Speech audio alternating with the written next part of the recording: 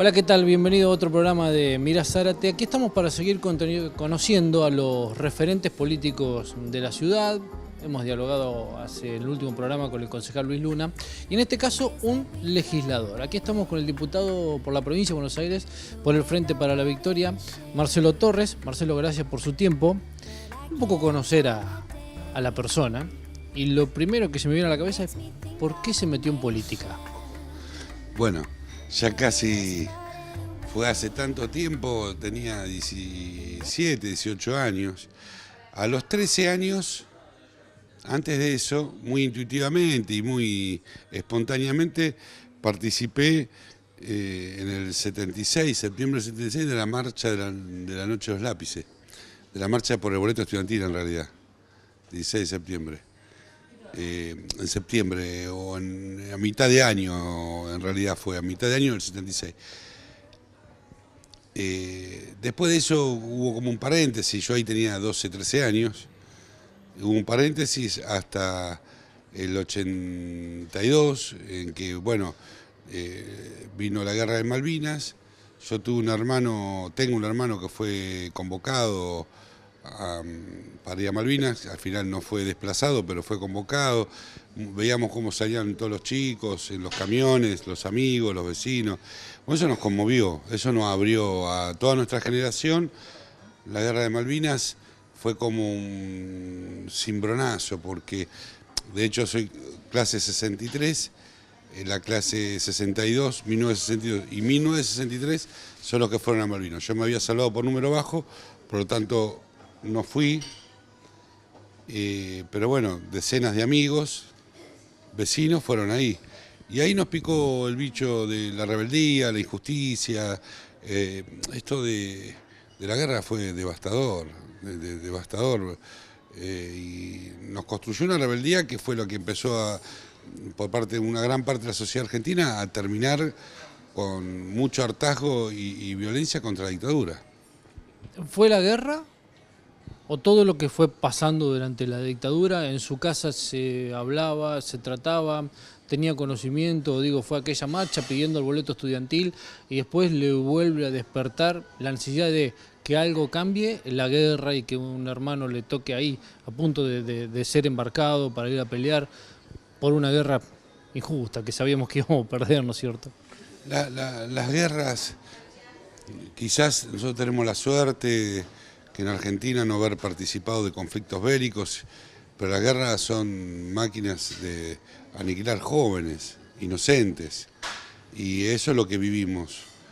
Fue la guerra y fue la necesidad de una generación que quería decir basta y quería vivir en democracia, quería conocer otro tiro.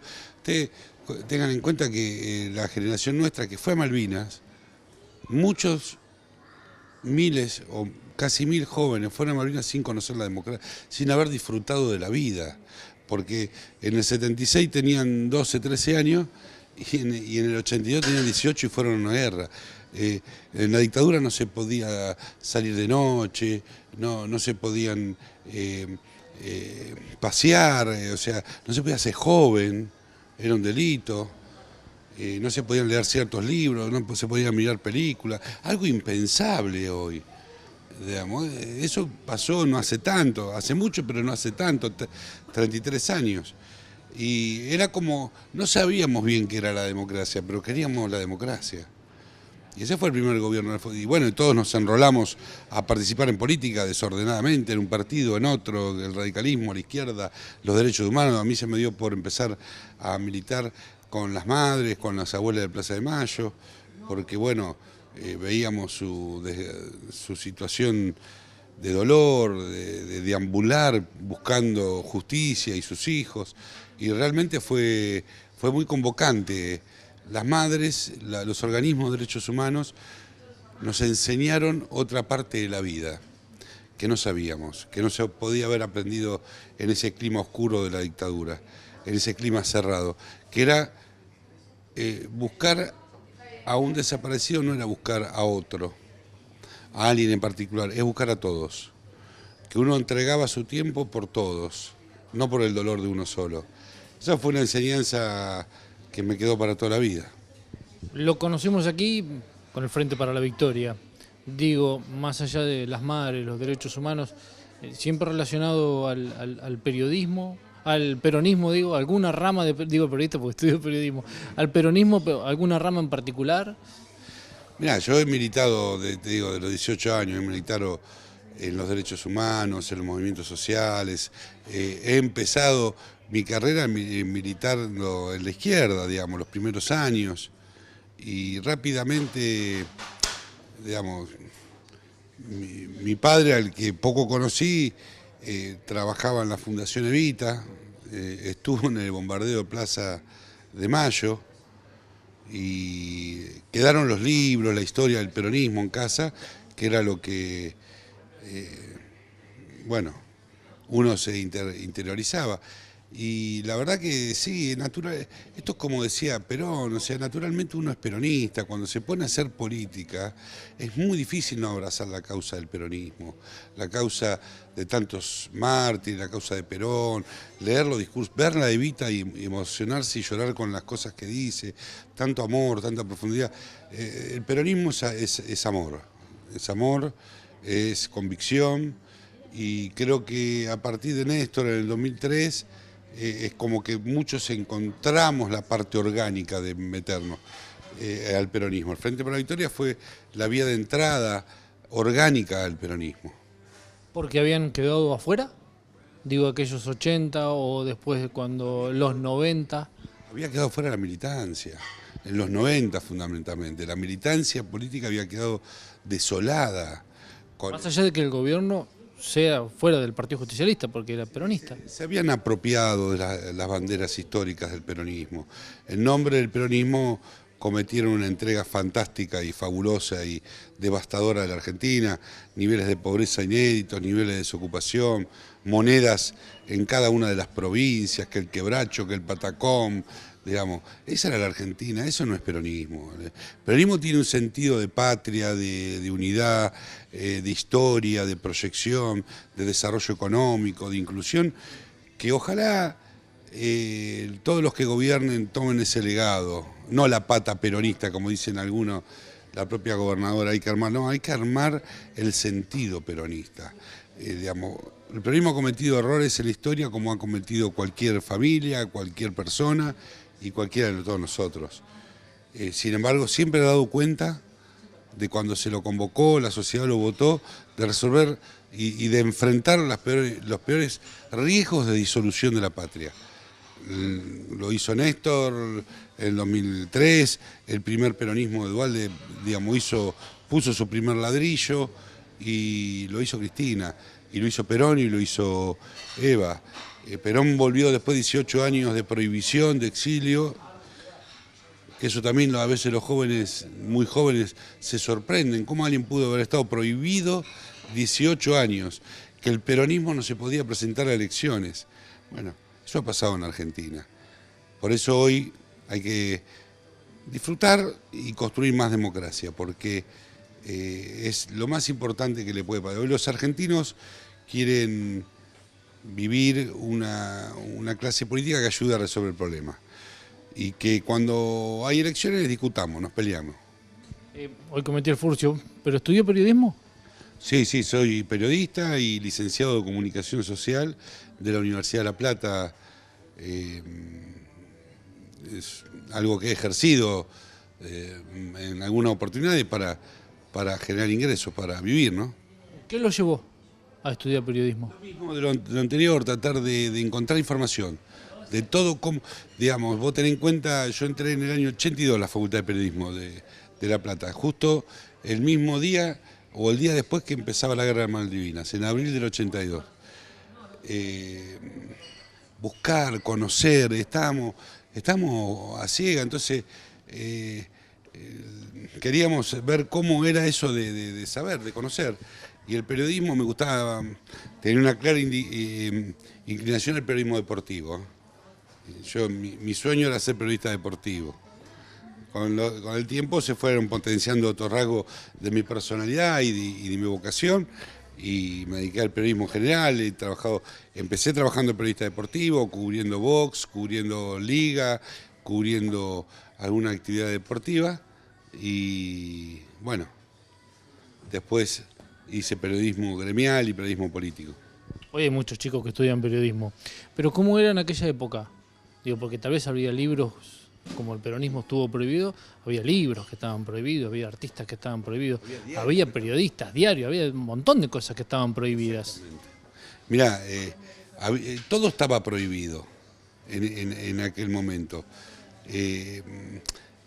Había muchachos con más experiencia que nos recomendaban libros. O sea, tenés que leer a Julio Cortázar, decía, me acuerdo, Willy, que era un muchacho del interior muy leído.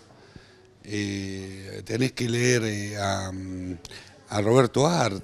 O sea, era como descubrir un mundo nuevo. ¿Y había jóvenes? Muchos que estudiaban periodismo, porque hay muchos que estudian periodismo, pero hoy uno sabe que tiene otra. En ese entonces pasamos de 40 estudiantes a 140. El 40 en el año 81 a 140 ese año. O sea, se cuadruplicó casi la matrícula de los ingresantes y desde ese momento hasta el día de la fecha nunca dejó de crecer la matrícula de ingreso a la carrera de periodismo de La Plata. Ese fue el año bisagra. Esto que te decía de la vocación por conocer, por saber, se sentía en ese momento. Tal vez la guerra marcó eso por un lado, chicos de 18 años, de lo que le pasó a usted, le pasó a otros. Tal vez que los militares, la dictadura iba perdiendo poder porque la guerra fue lo que por ahí marcó el fin, ¿no? Sí, o sea, era un desafío, era como sublevarse al orden establecido, elegir una carrera fuera de lo que se tenía. Nosotros vino una orientadora vocacional a la escuela que solamente nos ofrecía las carreras técnicas, pues yo me recibí de técnico electrotécnico.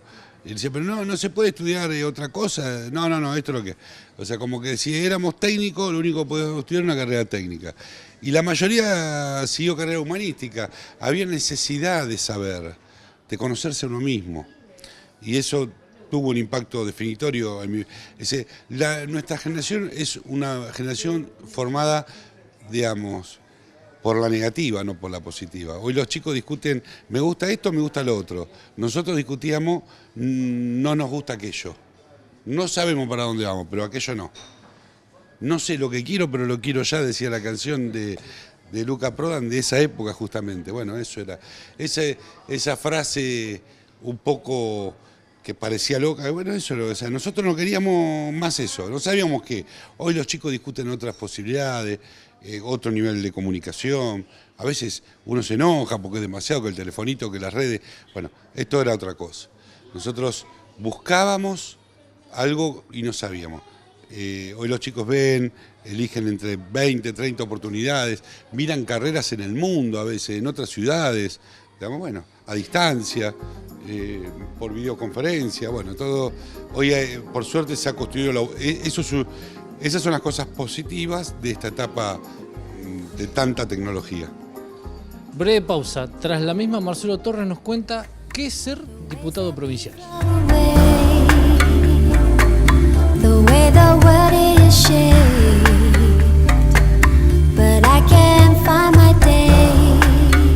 Para mi tranquilidad, Río Uruguay Seguros creó Zona Rus. Es un sitio donde puedo consultar mi póliza. Con Zona Rus salgo muy tranquila.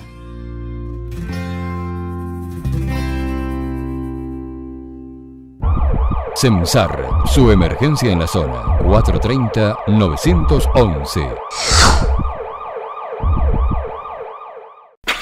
Lubripark, lubricantes, filtros, aditivos, accesorios, todas las marcas, mecánica en general. Lubripark, General Paz 943. Lava autos Rulo, lavado artesanal, encerado, lavado de motor, lustrado, limpieza de tapizado. Lava autos Rulo, Justarima 1015, Zárate. Nuevo diseño, nuevos motores, más confort y tecnología, más robusta que nunca. Solo una Hilux puede superar a otra Hilux.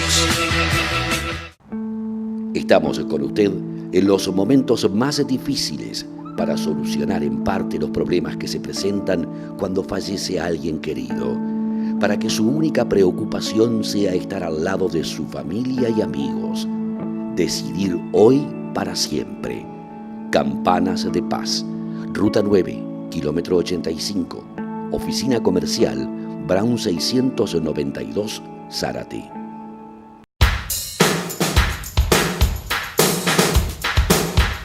Cooperativa de Trabajo 13 de Julio, siempre pensando en sus usuarios.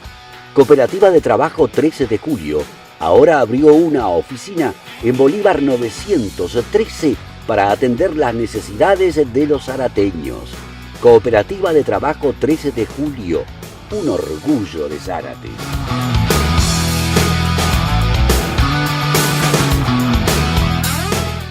Río Uruguay Seguros es la primera aseguradora en ofrecerme un avance tecnológico que permite que tenga toda la información de la póliza de mi auto donde y cuando lo necesite. Con Zona Rus, el seguro al alcance de tu mano. Continuamos aquí dialogando con el diputado provincial Marcelo Torres y dejé planteada la pregunta al fin del bloque anterior. Hablamos un poco de por qué se metió en política, por qué periodismo. ¿Y qué es ser diputado provincial? Porque mucha gente por ahí no conoce cuáles son sus actividades. Bueno, ahora uno conoce los diputados provinciales. Yo cuando era chico sabía que Hugo Corbata era vicepresidente primero de la Cámara de Senadores porque era de Pigüé. El resto de los senadores y diputados uno no sabía quiénes eran. Ahora uno tiene un poco más, se muestran un poco más, es como que se difunde más la actividad de la Cámara de Diputados. Pero ¿cuál es el trabajo del diputado provincial? Bueno, hemos dado cuenta de que las actividades de la legislatura y los diputados y senadores tienen que ser públicas más. A ver, yo le di un sentido en distintas etapas. Creo, para mí ser diputado provincial significa seguir sosteniendo un compromiso que tiene que ver con lo que uno piensa y transformar la sociedad. La primera etapa trabajamos en los barrios con trailers sanitarios, con trabajadoras sociales, con políticas de prevención, con charlas, con el tema de violencia de género, arreglando escuelas, cuando teníamos una capacidad de articulación con el Estado nacional y provincial. Y además de ser, digamos, soy el diputado que más proyectos de ley presentó de la ciudad, digamos, lo cual es un logro importante. Soy presidente de la Comisión de Energía y formo parte de 3 comisiones más y soy secretario de la Bicameral de Seguridad. Mucho trabajo, el miércoles tengo una interpelación al ministro de Justicia de la provincia de Buenos Aires, Ferrari, el jueves tengo reunión de la Comisión de Energía, en La Plata estamos hablando, ¿no? Son 400 kilómetros para los vecinos que a veces de ida y de vuelta. Digo, no, uno no se queja, yo aprovecho el viaje para, cuando no manejo yo, para leer, para estudiar mientras en el camino, para ordenar la agenda. Tenemos en debate el proyecto de ley de audiencia pública, el proyecto de ley de becas para los deportistas olímpicos y paraolímpicos de la provincia de Buenos Aires que no tengan ingresos, tenemos la ley de cuatriciclos, tenemos la ley de suspensión de la tarifa, que le hubiera venido bien al gobierno que la aprueben, porque en definitiva se suspendió. Hemos presentado muchos proyectos de ley y hemos puesto el foco en justamente eso, que la gente sepa que tenemos nuestro local permanentemente abierto en Aleño y Ituzaingó para que la gente traiga sus ideas, hablamos con todos los referentes políticos de la ciudad, para también, desde el intendente hasta otros legisladores. El sábado compartí una actividad con la gente de Cambiemos, abrir, que la gente nos conozca y que muchas veces vienen al local y articulamos con los concejales, con el concejal Castiglioni, el tema de, por ejemplo, las calles, el costo de haber asfaltado las calles. Bueno, la gente nos pregunta y nos exige mucho, Ariel, mucho. Hay mucha exigencia. El fin de semana recorrí 10 barrios de Zárate con el tema del Día del Niño. Y la gente está, que quiere armar una sociedad de fomento, que quiere armar una canchita, que quiere armar una plaza, que quieren ayudar al vecino que está muy mal.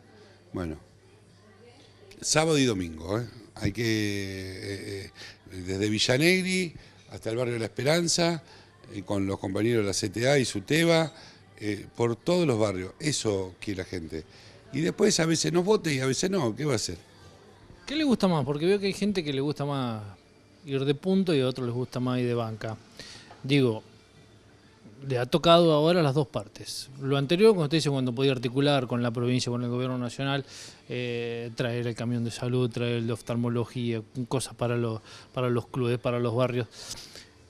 O esto, de opositor y de tener que sentarse a negociar y decirle a la gente cambiemos. Me parece que podemos por acá, negociar.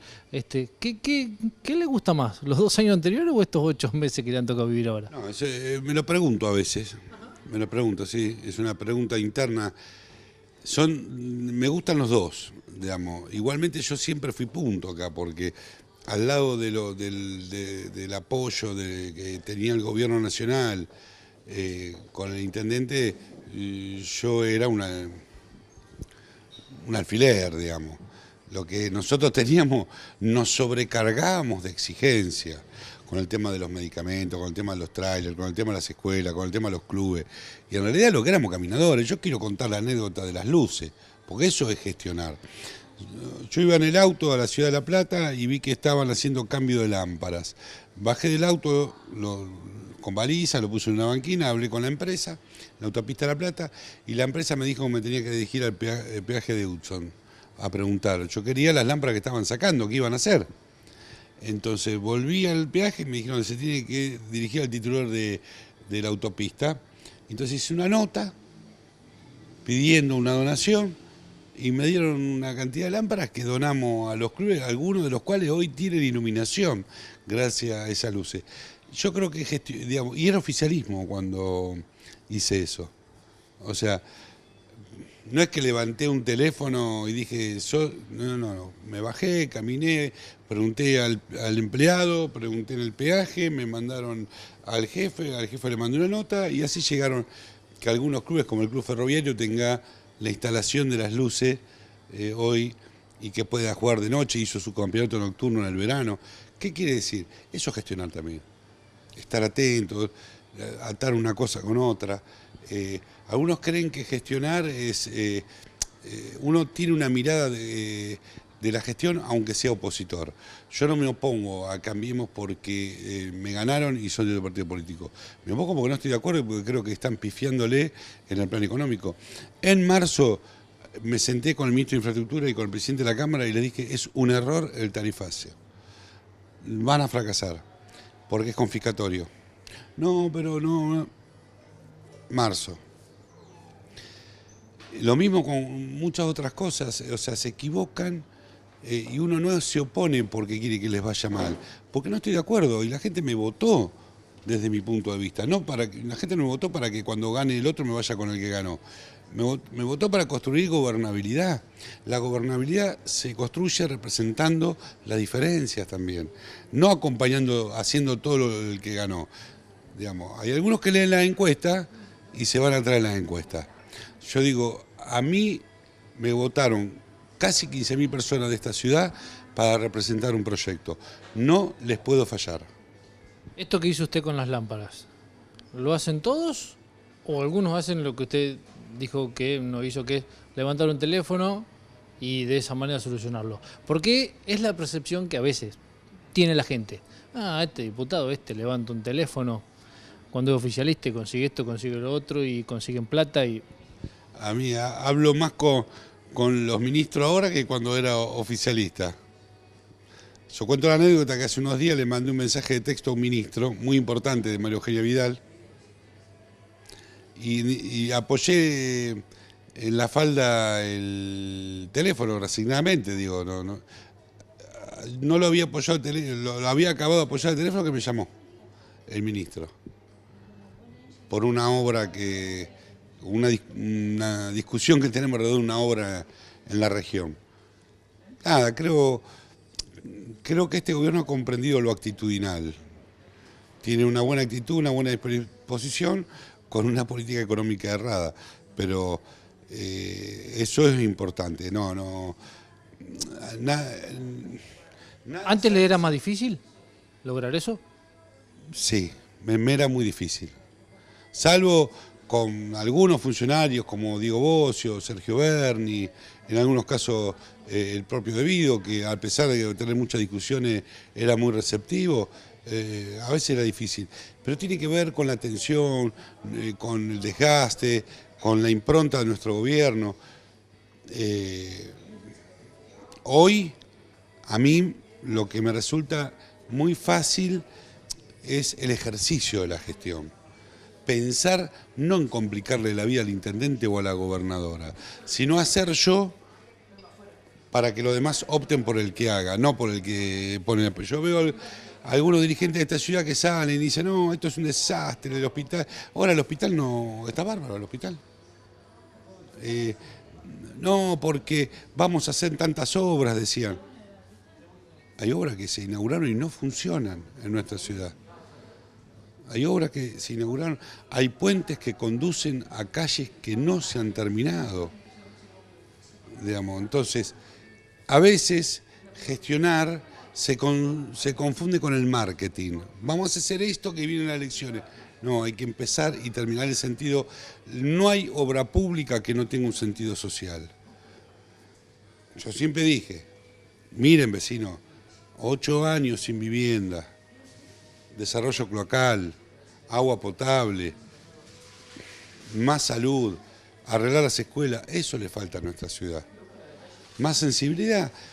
Si yo puedo pasar 10 veces al lado de la empresa que saca las luces y puedo no asociar una cosa con la otra, lo que ayuda mucho a darse cuenta es la sensibilidad. Esto que acaba de decir usted es lo que la gente piensa que el peronista hace al revés, que cuando no es gobierno trata de poner trabas. Y eso es algo mediático que se instala en algunos medios, en algún razonamiento que no tiene nada que ver con la realidad. El peronismo sufrió a lo largo de su historia 2 golpes de Estado. El peronismo sufrió, como te decía recién, 18 años de proscripción. El peronismo tiene miles de dirigentes valiosísimos, científicos, periodistas, ingenieros, profesionales, trabajadores, estudiantes desaparecidos, asesinados, en nombre de la libertad. Rodolfo Walsh generó una agencia clandestina para difundir información. La carta abierta de Rodolfo Walsh sobre la dictadura militar es un texto científico sobre cómo a un año de la dictadura militar lo que iba a ocurrir y lo que estaba ocurriendo. La creación de villas miseria, la deuda externa, la creación de los grandes males que hoy todavía perduran en la Argentina. El peronismo perdió las últimas elecciones por 2 puntos y reconoció la derrota a las 8 de la noche. Es histórico en América Latina y en el mundo que eso haya ocurrido. En Estados Unidos estuvieron meses discutiendo una elección presidencial por un margen superior al que nosotros estamos discutiendo. En Estados Unidos, en la cuna de la democracia, todavía hoy se habla de fraude y votaban con boleta electrónica. Por eso, guay que el peronismo tiene la paciencia y la sabiduría de absorber esos relatos que a veces, claro que hay errores, nos equivocamos, cometemos exabruptos, yo veo muchas cosas del gobierno de Alfonsín que en su momento no las veía, pero no tanto por lo que hizo Alfonsín, sino por la debilidad que tenía Alfonsín y el asedio de los militares. Quizás una parte del peronismo que lo vio y otra no lo vimos. Yo por lo menos no lo vi. Le agradezco mucho estos minutos y más allá de la actualidad que por ahí nos encuentra habitualmente, conocer cómo piensa y por qué esto de la política y por qué estudiar lo que estudió. Gracias. No, gracias a vos y al SOT por ahí cuesta a veces engancharse en el medio de la vorágine y pensar, así que le agradezco porque nos hace refrescar muchas ideas y muchos recuerdos y muchos principios. Marcelo Torres, diputado provincial por el Frente para la Victoria, que dialogó con nosotros. Gracias, será hasta el próximo encuentro.